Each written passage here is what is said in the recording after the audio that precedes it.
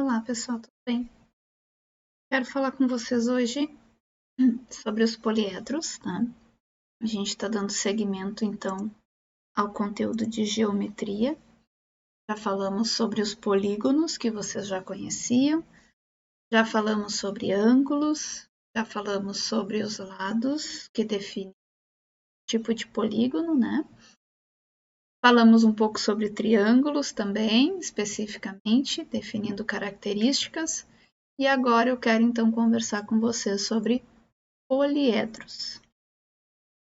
Definição simples de poliedros: figuras geométricas não planas, em que as superfícies são formadas apenas por polígonos, são chamados de poliedros. Lembrando que quando as figuras são planas, possuem ângulos e lados, né? Determinam os polígonos, né? E os poliedros são a partir da ideia de polígono, do quadrado, do triângulo, do retângulo, nos leva então à formação de poliedros. Aqui eu tenho imagem de alguns. Percebam que aqui eu tenho então o que a gente poderia chamar de paralelepípedo, né? Paralelogramo, aliás. Seria então esse verde. Percebam que cada lado dele possui, então, uma figura, um polígono que a gente conhece, né? Aqui tem um polígono, aqui tem outro polígono. Então, cada face, cada lado dessa figura tem um polígono. Nesta pirâmide é a mesma coisa. Aqui tem um triângulo e a base também é outro polígono. Aqui nós temos um cubo também. Todos os lados são formados por quadrados são polígonos, e assim sucessivamente, tá? Percebam que aqui tem um que ele não é tão... não são todos da mesma figura. Na verdade, em geral, não necessariamente tem a mesma figura, mas aqui tem uma variação maior de polígonos, né? Se vocês observarem, a base é um retângulo, aqui tem um trapézio, daí tem outro retângulo, tem mais trapézio.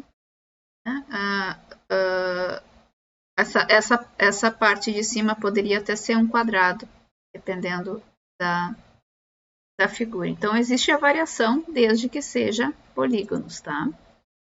Elementos dos poliedros. De novo a mesma figura, aí agora eu quero mostrar para vocês. Cada região plana, poligonal, que compõe um poliedro é chamada de face. Cada região plana, cada lado dela, né? Seria as faces. Imaginem que isso é uma figura com vários lados, né? Eu tenho aqui um cubo, não sei se vocês vão enxergar aqui, mas isso aqui é um cubo, tá? E ele tem vários lados, tá? Cada um desses lados são chamados de face, tá? Observando aqui na imagem. Então, essa parte aqui é o que eu estou mostrando. Cada figura, olha lá de novo, tem várias faces, né? Cada formato vai nos gerar uma possibilidade de números de faces. Eu circulei uma em cada uma das figuras, mas é importante que vocês percebam que não é só isso aqui que é a face. Aqui tem outra face, em cima tem outra face, são várias faces em cada uma dessas figuras, tá? Circulei uma em cada delas. Cada segmento de reta comum a duas faces é chamado de aresta, tá? Segmento de reta, ele sempre começa e termina em um ponto, né? Em um vértice, no caso, sendo dentro de uma figura geométrica e não plana. E então o segmento seria eu de novo circulei um de cada figura, mas todos estes são segmentos, tá, gente? Eu só circulei um como exemplo. Então, cada segmento de reta comum a duas faces, ó, aqui tem uma face e aqui tem outra face, ou aqui tem uma face, aqui tem outra face, e no meio tem uma aresta. Então, essas são as arestas. Essas são as arestas. Circulei também uma de cada figura para vocês perceberem que todas as figuras possuem arestas. Mas tem várias, eu só circulei uma em cada.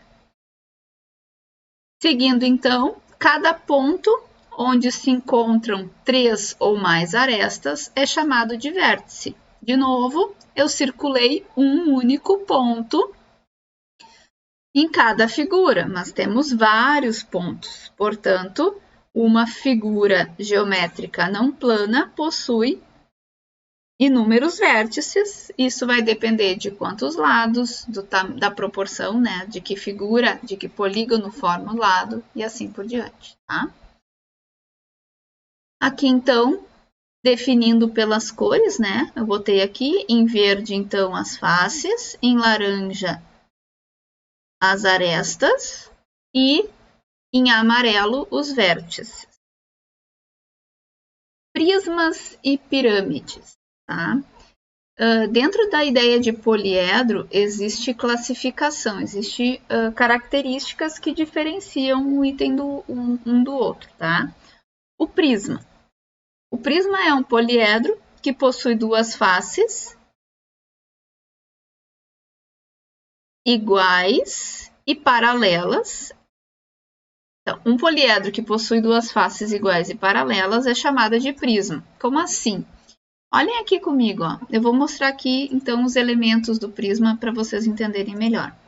A base são as duas faces iguais e paralelas. Lembra que quando eu mostrei poliedro, eu falei que cada lado era chamado de face, tá? Mas nesse caso aqui, olhem aqui comigo, ó. Essa face aqui é um retângulo e essa face aqui é um triângulo. Percebam que tem um triângulo aqui e um triângulo lá embaixo. Ou seja, são duas faces paralelas que têm o mesmo formato, que são iguais, tá? Ah, mas essa aqui e essa aqui, essas três aqui dos lados também são iguais. São, mas não são paralelas. No caso do prisma quadrangular, percebam que ela tem, sim, outras faces paralelas, mas essas outras faces paralelas, elas podem ser iguais às 4, né? Do total desse prisma. Deixa eu tentar, eu não tenho aqui pronto um prisma quadrangular, mas pensem que isso aqui é o prisma quadrangular, tá? Claro que o cubo ele é totalmente regular, né? Ele é totalmente feito de quadrados, daí a gente não tem uma referência tão precisa do prisma. Mas a parte de cima e a de baixo são iguais, e esses quatro outras faces, elas poderiam ser maiores, né? E aí nós tornaria 4 faces iguais, vamos dizer assim, tá?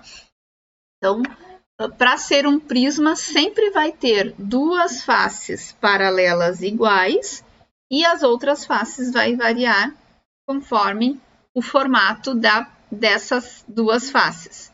Nesse caso, a gente chama essas duas faces paralelas de base, tá? Então, aqui até eu fiz uma marcação para vocês identificarem. Aqui seria uma base triangular e aqui outra base triangular, né? Aqui seria uma base quadrangular e outra base quadrangular. Aqui, então, pentágono, um hexágono e assim por diante.